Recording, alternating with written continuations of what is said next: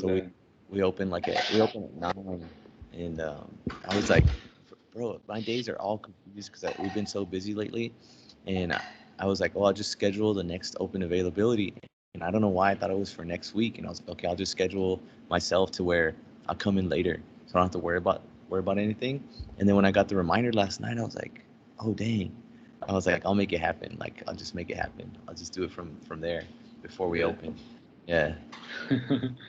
Yeah, that's cool. Yeah. So I mean, these usually run like 30 to 45 minutes or so. So I mean, we'll cut off like before 9 and stuff. Ooh, that'll So work. yeah, we'll still be between the time frame that I cut out.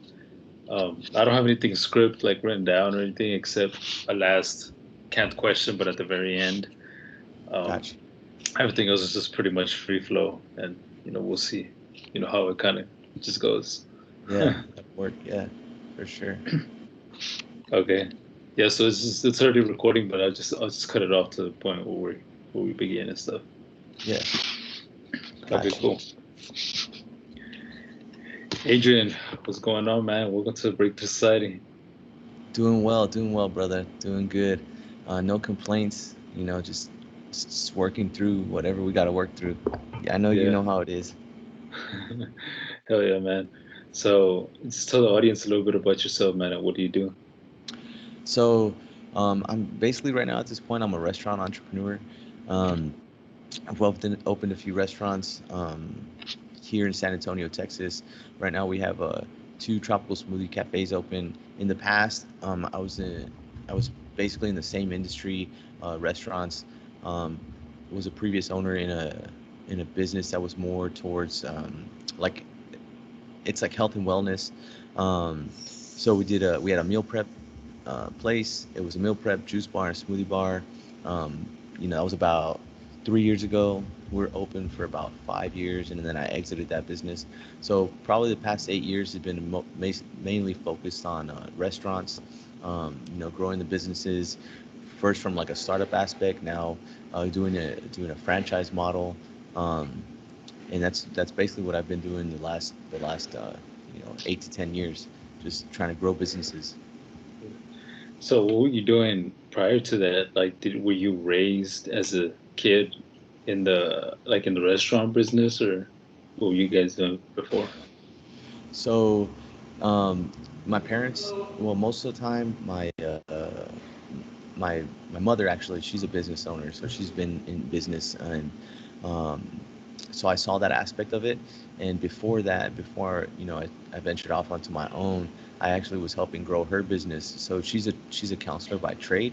So she basically did counseling for individuals, and she grew that into an individual practice to where she was on her own, and she maintained contracts and whatnot with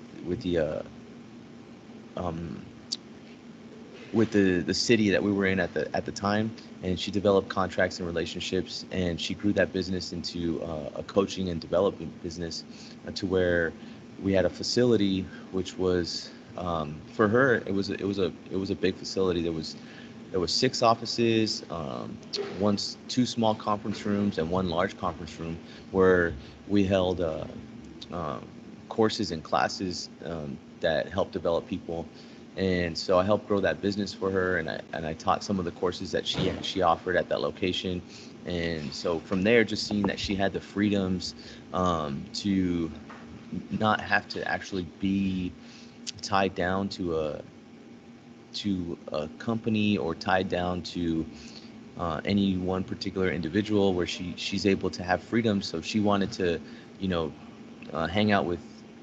She did this a lot. So she would hang out with my kids. She'd say, "Yeah, I'll just take care of the kids whenever you want," but she's still generating income. She still had income coming in. She really didn't have to be in the office. So I kind of took that mentality, like, well, I want to do more of that. And so from there, I just thought like it'd be a good idea to start venturing out on my own.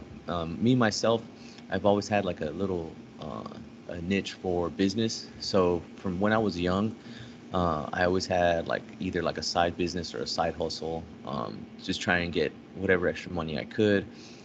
Even when I can remember being maybe 6, 7 years old, and Just going with my dad to his work, one of the jobs he had, and I would try and pawn that into a side hustle for myself.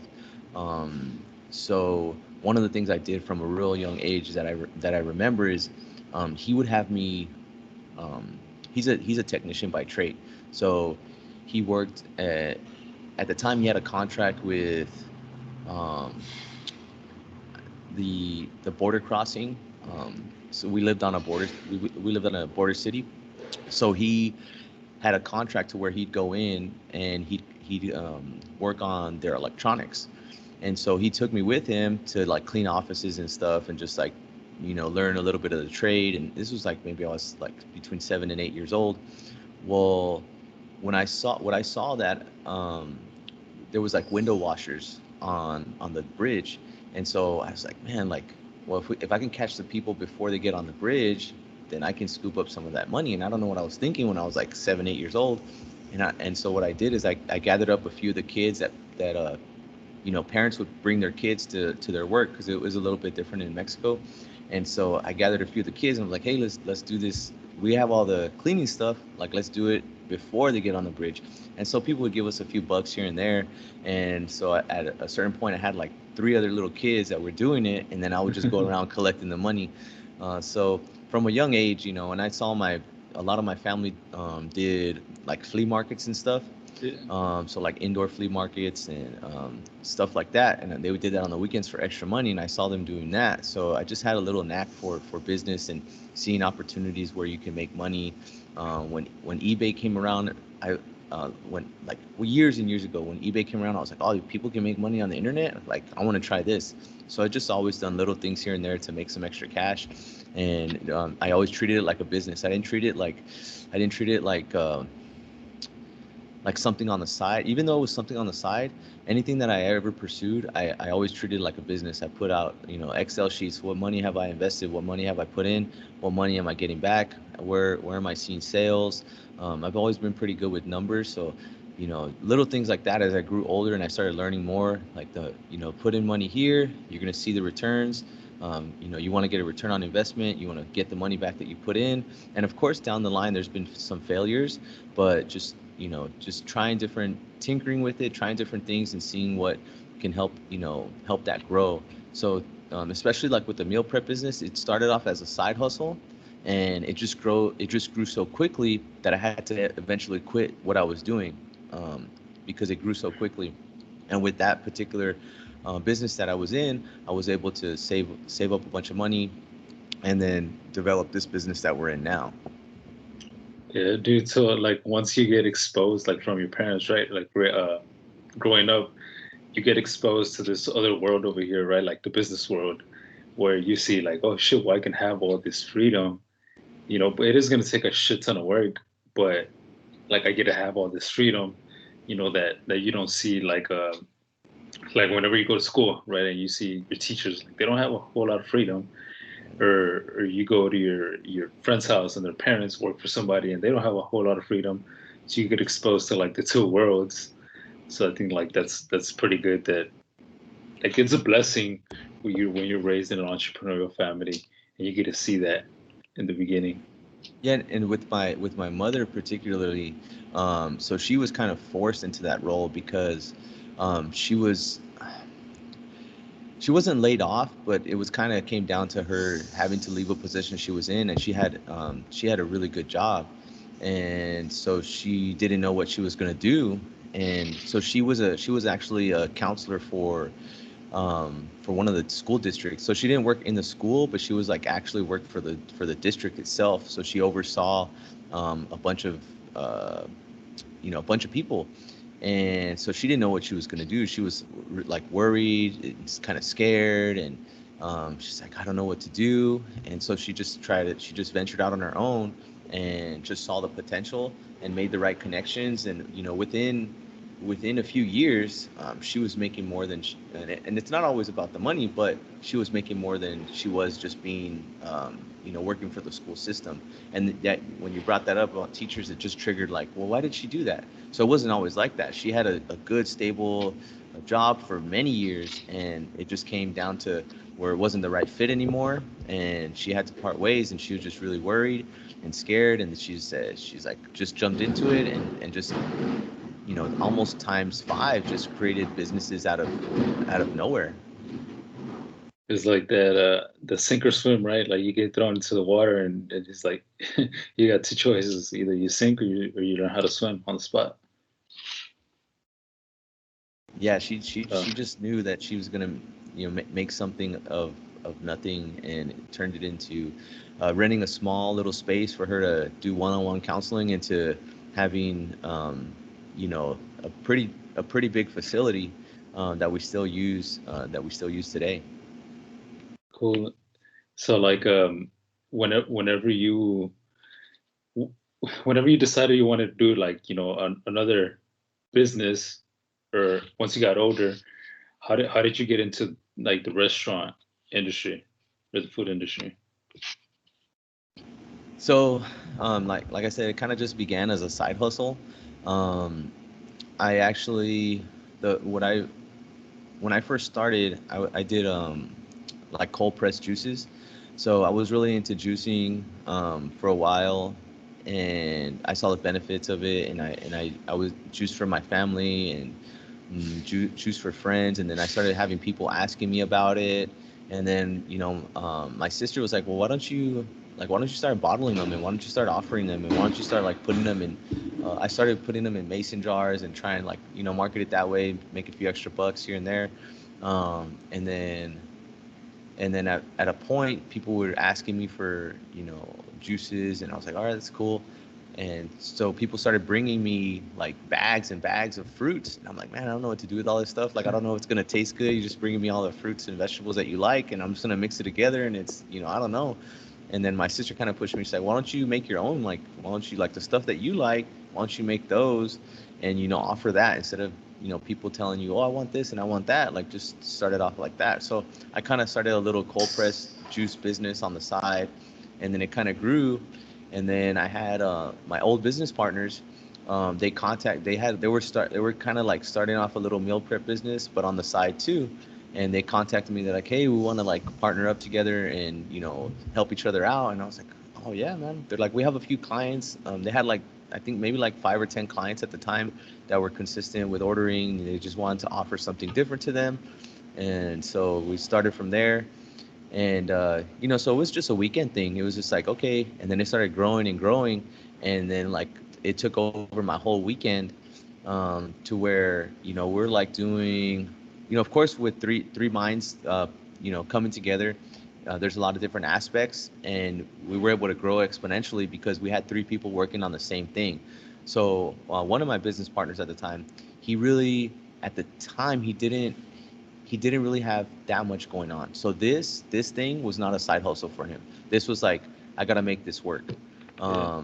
He needed to. This was the only thing he was doing. So he was, the whole week, during the week, he was out marketing. He was out looking for clients. He was out, showing people what we had to offer. He was doing whatever it took to make sure that there was some you know feet on the floor to try and gain revenue. And then me and one of the other business partners, the one that came up with all the recipes, he was like, he's an amazing chef. Um, we had our jobs that we were actually still continuing to work, and so it just started growing and growing and growing. And at a certain point, well, I had to just stop working. And I was getting paid really well. I had a really good job. It was actually when I was working with my mother, and so I was cutting my hours little by little, little by little, little by little, and automating some of the stuff that I was doing there for her business. And when it just started growing exponentially really quickly, because we grew really fast within a year. We probably were 10 to 20 clients in the beginning, to making um, you know probably like a thousand items a week, or maybe more than 1,000.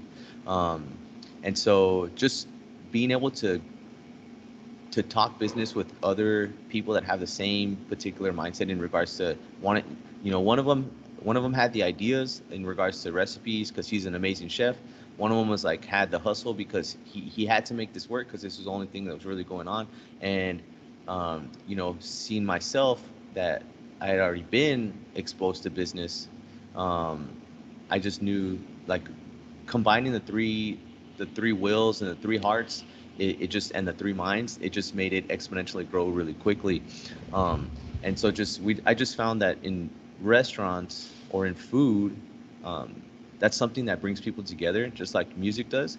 So for me, bringing people together and giving them an option and giving them something, um, since I'm into fitness, I'm into health, and that's an avenue that I can use to affect people positively. Mhm. Yeah, so like since I got into health and fitness too, like I see that thing, that being a good thing where you can actually see the change, right, that a person makes.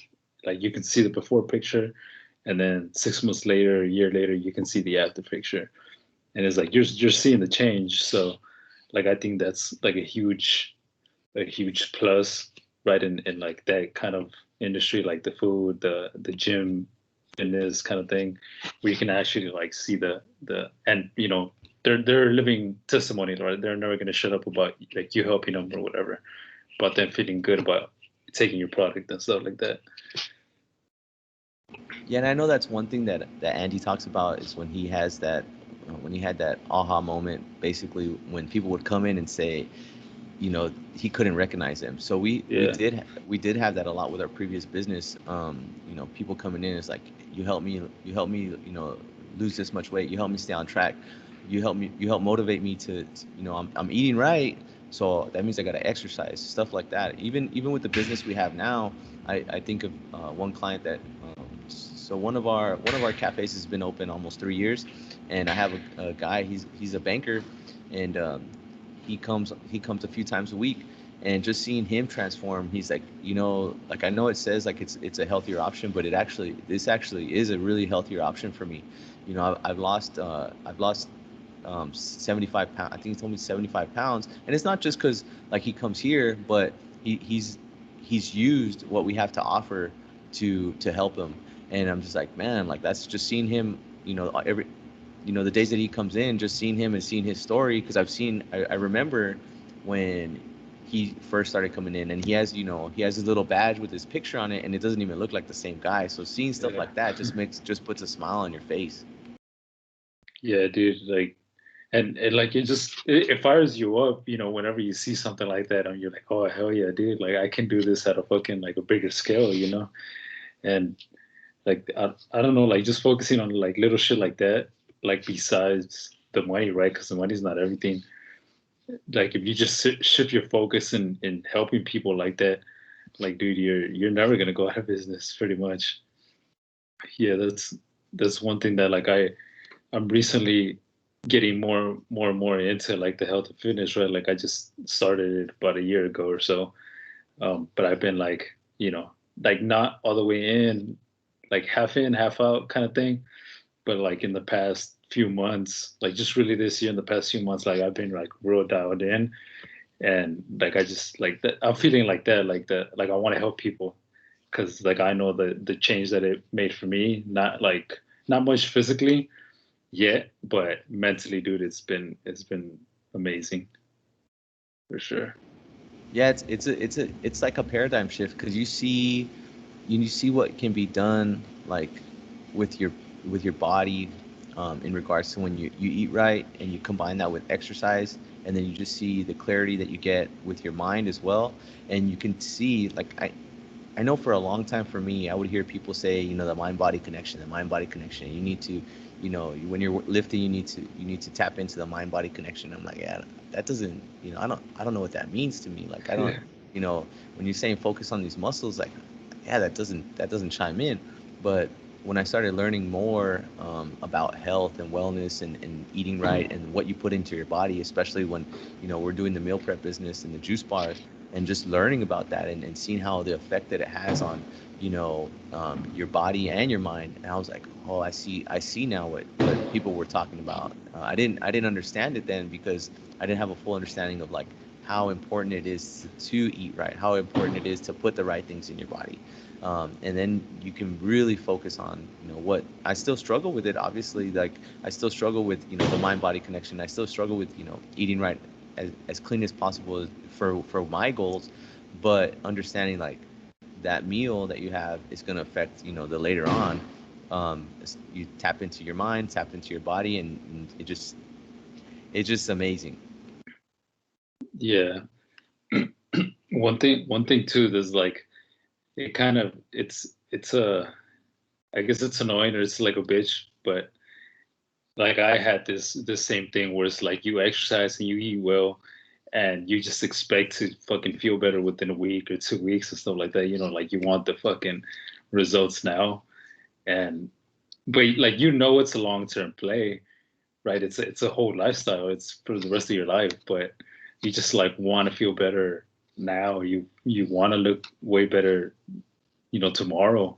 And it's like kind of doesn't work like that because like me, like I'm the most impatient person I know, and but like I gotta catch myself sometimes because I'm like, fuck, dude, like I'm not like where I want to go or where I want to be at, so I just have to like take everything like step by step, but I gotta catch myself a lot during the day and just be like, hold on, dude. Yeah, yeah, it that part is difficult, being patient. Like my son, he's just started working out a lot recently, and he's really excited, and but he's just kind of the same, like impatient. Want that, want this, want that, and then go, son, I've been working out. Like I remember picking up a weight when I was like 10 years old, and I'm 38 now, and I just have never been satisfied, which is a good thing. You want to Yeah, keep striving. So it's almost like business too. So once you level up your business to the next level, you're like, okay, I got to get to that next step. I got to get to that next step. I got to get to never satisfied. Like I want more. I want more. And it's not a bad thing to want more. It just having that understanding that you're not going to be complacent with whatever you do, whether it's your fitness, whether it's your health, whether, especially in business, you want to get to that next level. You want to get to that next step. You want to strive for more. And I think that's what keeps, especially people like us with that mentality, it keeps us going. It gives us that drive. It gives us, that wake up in the morning, get out of bed, I have something to do. I have something to get done. yeah, dude, that's like a huge that's something huge that the listeners can take is like whenever you're starting off your business and you're just like working all the time or you're at the gym all the time and people tell you like, yo, like slow down, like, you know what I'm saying, like you've been doing this for a while, like you got to take a break kind of thing, but in your mind you know that you're not satisfied, so you got to keep working and stuff. Like, they can't let like these outside people just kind of like fuck with your brain, because if you know that, like, I guess you're happy with like the progress of doing it every day, right? Like the little things of just everything compounding. But you're not satisfied with how you look, even if you don't look bad. But you have a certain goal in mind, and these people just keep like talking shit. Like you can't let them affect you. You gotta like stay the course. Yeah, and I mean that's kind of like, you know, none of us want to be average. Well, most of society probably wants to be average, but the people that we run in circles with, they don't want to be average.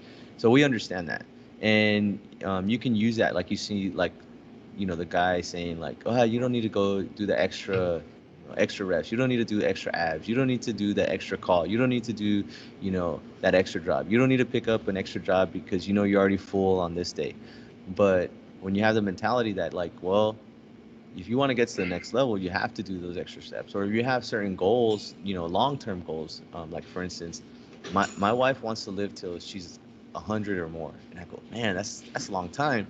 Well, what do I have to do today? What do I have to do Yeah, today to make sure that I'm still around, when she wants to be around? Or what do I have to? I think about like, so I have my oldest is 15, and then my youngest is 1. So it's a big age range.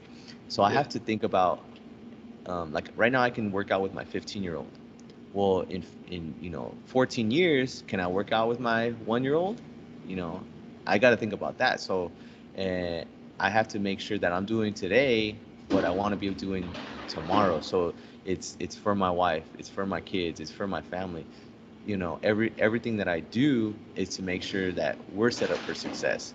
And just thinking about those little things, when you're stressed, when you're tired, when there's something you don't want to do, you're just like, to me, I tell myself like, well, I got to catch my wife at 100. I got to make sure, I don't want to live a life that's where, I'm stagnant, that I can't do anything. Yeah, I'm alive, but like I'm not doing anything. I want to live a vibrant life. So, are you tired right now? No, you're not tired. Like you want to catch up to that person that you want to be in the future. So whatever you're doing right now, that's going to be, that's the step you need to take to make sure you're there. Yeah, like it's all like I think Andy, yeah, Andy says this where it's like what you do like today or tomorrow. Like you won't see the results now. You'll see it like 90 days from now or whatever. So like you have to think about that long term thing, right? Like if I want to live to 100 too, well then I got to start eating healthier today. I got to start exercising today. I can't start whenever I'm fucking 40 or 60 or 70 or whatever. Like I got to start now. And like having that motivation, dude, around you, like your wife wants to live to 100. You wanting to work out with your youngest whenever they're 15, 16, like just it keeps you going, right? Like for sure. Like having people around you like that. Yeah, it helps keep me focused, helps make sure that I'm focused on the things that we want as a family, that I'm working towards that. And it's gonna be ever changing, it's gonna be evergreen. It's not gonna My goals from 5 years ago aren't the same goals I have today, because I've either accomplished them, or I've realigned them, or I've readjusted them. So if I think about who I was 5 or 10 years ago, maybe some of the goals weren't the same. And it's just always evolving and changing to make sure that I'm striving for more. I don't just stay complacent. I want at a certain point, like, if now that I'm thinking about it, it made me think about this. So at a certain point in my life, before we moved to San Antonio, I thought, man, we have a good life. Like, I'm blessed. Like, this is amazing. We're doing so well for ourselves. Can it get better? Yes, it can get better, but like, man, I don't know. I'm pretty happy. And at that point, I guess I was complacent. Like, I was just complacent, thinking, I'm good. I'm good. We're good. Um, and when we decided that we were going to venture out into something else, and I asked my wife, like, I think we're going to do this. What do you think? I don't know. Do you want to move? This and that. She's like, yeah, let's move. I go, you drop everything. Remove myself from the business we have. Is that successful? You want to move to a new city? And she's like, yeah, let's do it. And I'm like, I go, this is crazy, isn't it? And she's like, it is crazy, but I have the confidence in you. With whatever you're gonna put your mind to, I know you're gonna succeed. Like, I know you're gonna help make sure that we succeed. And so she's in retail. She's a retail store manager. She's like, I can find a position for myself, and it's gonna be a good position, and we're gonna be happy. But I know for sure that you're gonna make it happen. And her having the confidence in me, knowing that I can just, drop everything and walk away from a business that's very successful to start something new completely from scratch, was just all I needed. I said, okay, we're gonna move the family to a new city. And when we moved, and the first few months were a struggle because our business wasn't open yet, so I didn't have any revenue. I walked away from the business, with basically nothing. I mean, everything I already had, but there was no buyout. There was nothing that was involved that way, which is what I wanted. Um, and I was like, man, did I make the right decision? And it took about 6 months for me to realize that it was the best decision I ever made for our lives, because the life we have had gotten so much better, and I couldn't believe it. I remember sitting one day and praying and meditating, thinking, I thought my life was good, and Yeah. it wasn't what it is now. So what was I thinking? So I just know constantly that it's just going to be ever evolving, and hopefully just keep striving for more and just not be complacent. Yeah. Dude, like yeah, it's crazy. Like when you're in the moment, you're like that, you're worried and shit. But once you get past that, you take a step back and you look, or you stop, you look back, and you're like, shit, dude, like it's been a long as um like a gap, like it's been a long as improvement since that time. Like you you can't like let those like little worries stop you, right? Because if not, like you wouldn't be where you are right now. You would have probably been back in your hometown, right? Do you I see you at the gym every morning. Do you feel like you're pretty disciplined with what you do? You muted. So I, I feel I have to be disciplined. Um, so I'm only disciplined because I have to be. Because if I don't put that discipline in myself, the rails come off. Um, it is just it's just telling myself that I'm gonna get up and I'm gonna do it. Like I'm gonna get up and I'm gonna do it. And it's not discipline. Like I know some people talk about being disciplined. That they have that mindset of being disciplined. I could say yes, I've developed the mindset of being disciplined, but it's just telling myself that I have to do this. I have to do this because it can go the other way real easily, really easily. Like, for instance, um, you know, whenever I'm not following my nutrition, and whenever I decide like, yeah, I'm gonna just, I'm just gonna lay off for a little bit. Um, I could eat a half a box of donuts with like no like not even think about it. My wife's like, you don't like you could take a bite of a donut, and I'm like, nah, I just eat all six of them. So I know there's people. So I think that is discipline, where there's someone that can have one bite of an Oreo or one cookie, and they're like, I'm good, or a bite of a donut or like a little scoop of ice cream, and they're like, no, I'm good. Like that's discipline. For me, it has to be structured. It has to be like, you know what? You're not gonna eat donuts. You're not gonna eat ice cream. You're not gonna eat pizza. That's for me. That's how I have to be disciplined. Because I've seen people where they just take a little bite of a pizza and they're like, I'm good. I don't. That's all I need, and that's not me. So it's just telling myself each morning that you got to get up. You say you want. You say this is what you want. You got to go do it. So I've set aside the time to make sure that I wake up early, get in the gym. First thing I do when I wake up, I pray, I read the Bible, set my intention for the day, do a little bit of meditation, and then start the workout. If anything else, I know that I did something hard. I know I did something hard, and the rest of the day is going to be easy because I just pushed myself that much that I'm not going to that the rest of the day is not going to be as hard as probably that workout was. And so I just set the attention, and it is the discipline of telling myself that I'm going to do it every day, but it's just telling myself that I'm not going to I don't want to I don't want to go back.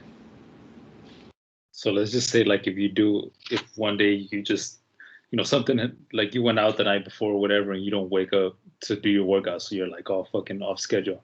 Because like what happens with me is like whenever I wake up, hours later than than I was anticipating, I'm like, oh fuck, and I just like get into this mindset where like I'm like disappointed in myself, for doing that, and kind of like it just throws my whole day off. So like, what do you do if that happens to you? What do you do like to get back on track?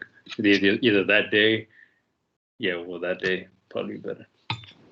So getting on track with the gym, like for me, it hasn't been hard because I've probably been working out every day for the last 5 years. Like it's already a habit. So what's happened to me recently is like on Sundays, like Saturdays, I'll stay up a little bit later than I normally should. Like we'll watch movies or just staying up a little bit later with the family than I normally should, and then I have to be up early for church.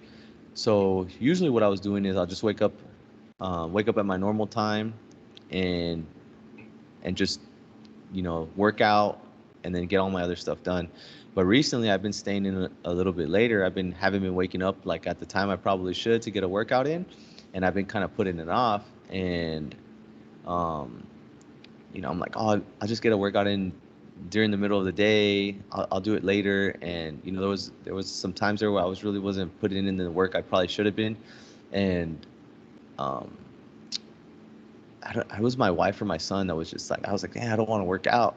And they're like, I really don't want to do that today. I don't, and they're like, well, like you're the example.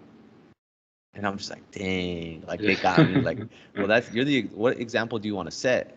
Yeah. And I'm pretty sure it was my son. And my wife's like, yeah, you don't want to go back. Like, so my son tells me, well, you're the example. And then my wife shoots and is like, well, you don't want to go back, right? You always telling about you don't want to go back.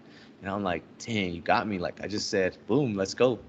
I'm gonna go work out, and I'll be done in less than an hour, and we'll get it done. It was middle of the day. We had stuff planned, and I was just like, yeah, we're gonna have to push everything back an hour. And so for me, it's mostly the eating aspect of it. So man, I love food. And so I can go down a wormhole of like pizza, cake, ice cream, all the good stuff, all that good stuff that's not good for you. So it is a struggle, the food part of it. I just tell myself, just no, no. Like if you take a little scoop, if you take a little bite, like that thing's just gonna be gone. So I and for me, it's just to reset the next day. Like I got a fresh start tomorrow, reset the next day, put yourself back on track. Don't do that again. And I think about like, well, I think about like, why'd you eat that? Like, why'd you do that? And some people might say like, oh, it's just a little bit. Oh, you're good. Like you need to. But if I want to be disciplined, then I have to say no. Like I have to be like, you know what? It's either all in or all out. What do you want to be? You want to be halfway in? You want to be halfway out? You want to be in the middle? You want to be average? No, you want to be all in or all out. So that's how I refocus myself. It's just like it's sometimes just okay. There's a new day tomorrow. Don't do that again. Think about it. Is that what you want for yourself? And I'm able to just move forward. And we always have those little setbacks, but just if you think about it and you just don't dwell on it and just tell yourself like that's not who you want to be. Even as little things as like little tiny things like you eat like a little candy bar or something, and you're like, dang, like why did you give in? I tell myself, why'd you give in? Like you're better than that. You're stronger than that. Why did you give in? Just let's not do it again. Dude, yeah, dude, that's something I like, dude, for sure. Because like lately, I've been in a funk with sleeping early. Like I just can't fucking sleep, bro. Like if I don't know, like I've always had this fucking struggle. So like that, if I don't sleep at the time that I'm supposed to, like it really fucks up my mornings and shit. And like I'm very bad at doing what you do, whereas like you ask yourself these questions like like why do you do that, don't do it again, or kind of just like realigning my my goal and who I want to become and stuff like that. So that's something that I got to work on for sure. Yeah, we have that inner voice. Andy talks about that inner bitch voice. We have Yeah. that little voice. And so I'll just talk back to it. I just like, it tells you that, oh, you're tired, man. Like you're tired. Like you don't need to do that extra. And like, I just tell myself, you ain't tired. Like even no matter how tired I am, I just tell myself, you ain't tired. I'll make you do another round. And like that little bitch just goes away. Like you're like, dang, this bro is serious. Or just little things, especially like with working out and stuff. Like I just think when it gets hard, like when it gets really hard and I don't want to go anymore, if like we're running a mile or something and I'm just like, dang, I should take a little like slow down the trot. I think I go in. I know Andy talks about this. He goes into that dark place, and I do it. I'm like, bro, like if you had to chase someone down, someone nabbed your kids or something, is there any tired? Is there any give up? Is there any no fight? Are you just gonna like, dang, no, you're gonna go, you're gonna go, you're gonna go. So, it's just I know it's crazy to think about, but I just think to myself, you're not gonna be tired in that moment. Like nothing's gonna stop you. So why are you letting yourself stop now? So just talk back to that little voice that wants you to eat that cookie or eat that ice cream or eat the stuff you probably shouldn't eat. Just talk back to it and just like just you make it go away. Yeah, dude, like there's certain things that like I have more struggle with, like the food. I mean, not really. um if I'm on 75 hard, like no problem. But if I'm not on 75 hard, like just sticking still to the diet, it's like it's kind of hard. But after I have like say Wingstop, like I order some Wingstop, have something like that. After I eat that, I'm like, all right, I'm good. Like I eat 10 wings, I'm good. Then I can, like I'm kind of focused again.